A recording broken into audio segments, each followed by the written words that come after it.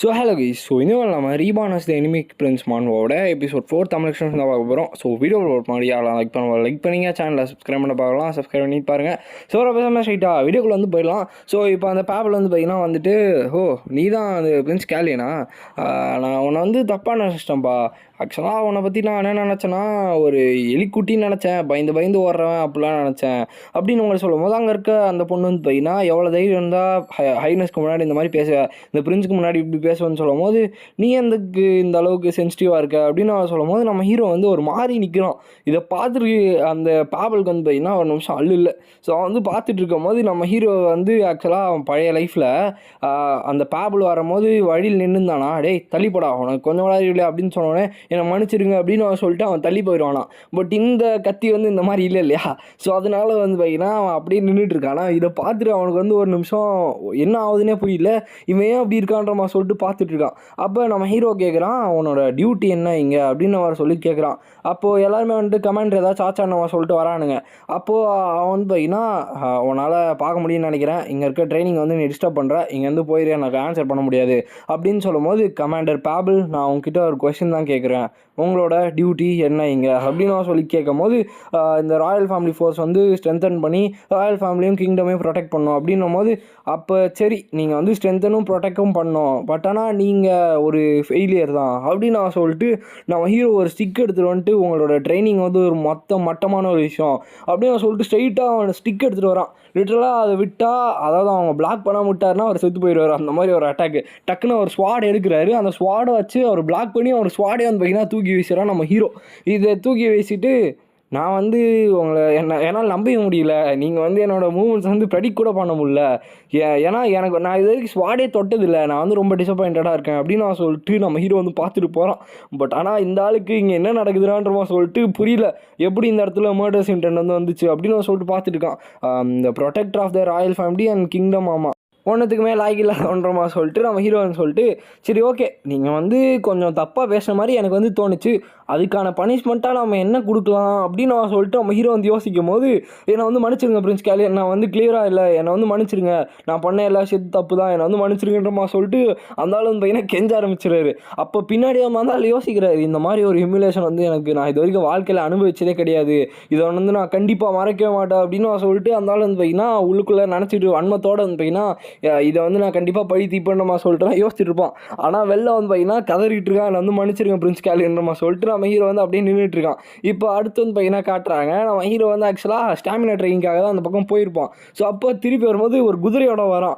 அப்போ அந்த நம்ம சர்வெண்ட் இருக்கார் இல்லையா, அவர் வந்து என்ன கேட்குறாருன்னா, நீங்கள் வந்து என்னாச்சு, ஏன் வந்து இந்த மாதிரி இதெல்லாம் கூப்பிட்டு வந்தீங்க குதிரையெல்லாம் அப்படின்னு சொல்லும் போது, அவன் வந்து பிரின்ஸ் பிளான்ஸ் இருக்கான் இல்லையா, அவன் வந்து ஒரு ஹார்ஸை வந்து டேம் பண்ணியிருக்க மாட்டான், அவனால் டேம் பண்ண முடிஞ்சிருக்காது, அது வந்து ரொம்ப ஃபெரோஷியஸாக இருந்திருக்கும். ஸோ அதனால் நம்ம ஹீரோ வந்து பார்த்தீங்கன்னா அதை டேம் பண்ணி கொஞ்சம் பயம்படுத்தி கூட்டின்னு வந்திருப்போம். ஸோ இது எங்கடா வைக்கிறதுன்னுமா சொல்லிட்டு அவங்க சர்வனுக்கு வந்து பார்த்தீங்கன்னா என்ன பண்ணுதுன்னு தெரில. பட் ஆனால் நம்ம ஹீரோ இன்றைக்கி நடந்த இந்த ஃபுல் ஆக்டிவிட்டீஸில் பயங்கரமாக வந்து புஷ் பண்ணிட்டான் அவனோட பாடியை.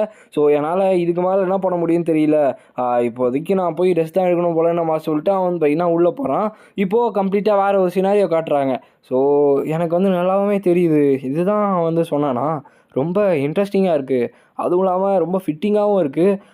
இவனை மாதிரி ஒரு ஆள்லாம் வந்து இப்படி பேசுறது பெரிய விஷயந்தான், இவனை வந்து அப்படியே அழுத்தி கொன்னுறது நல்லா இருக்குமா அப்படின்னு நான் சொல்லிட்டு அவங்க வந்து இதுக்கு மேலே நம்ம பார்க்கலாம் அப்படின்னு நான் சொல்லிட்டு யாரோ 2 பேர் வந்து பார்த்தீங்கன்னா பேசிகிட்டு இருக்காங்க.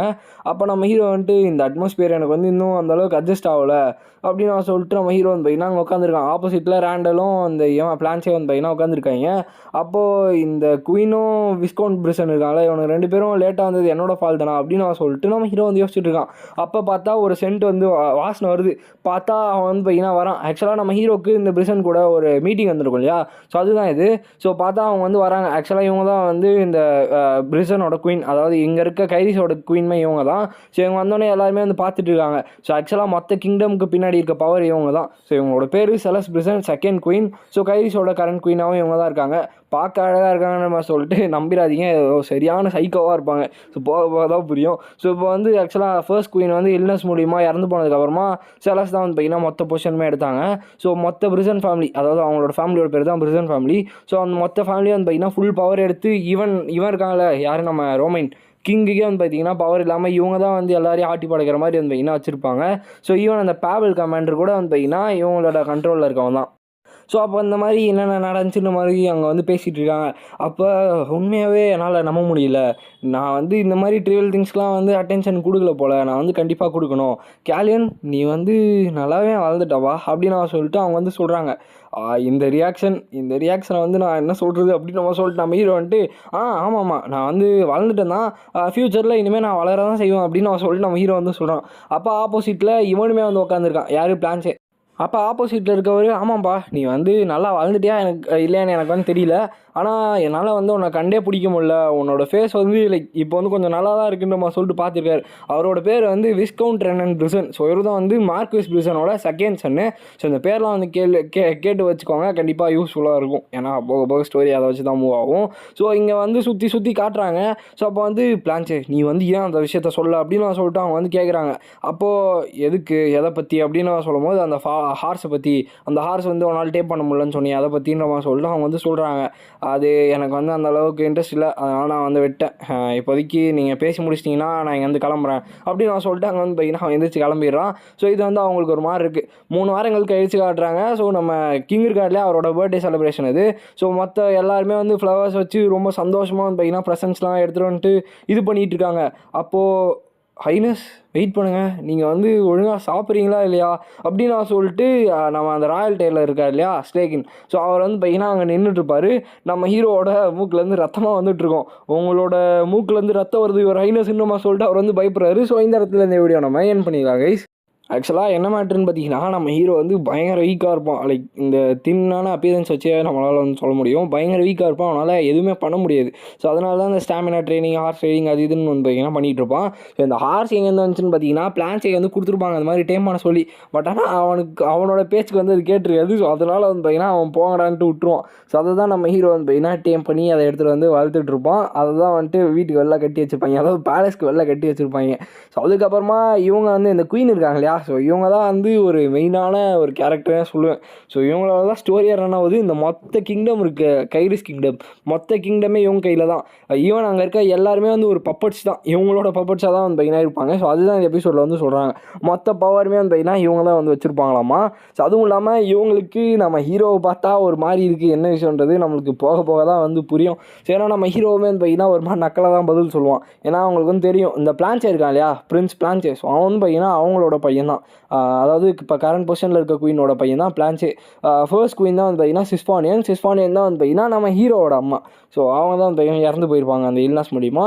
ஸோ இந்த எபிசோடுக்கு வந்து பார்த்தீங்கன்னா இவ்வளோ தான். ஸோ இந்த வீடியோ உங்களுக்கு பிடிச்சிருக்குன்னு நினைக்கிறேன். ஸோ பிடிச்சிருந்துச்சுன்னா லைக் பண்ணிட்டு நம்ம சேனலை வந்து சப்ஸ்கிரைப் பண்ணிக்கோங்க. ஸோ நெக்ஸ்ட் உங்களை மீட் பண்ணுறேன். So bye guys.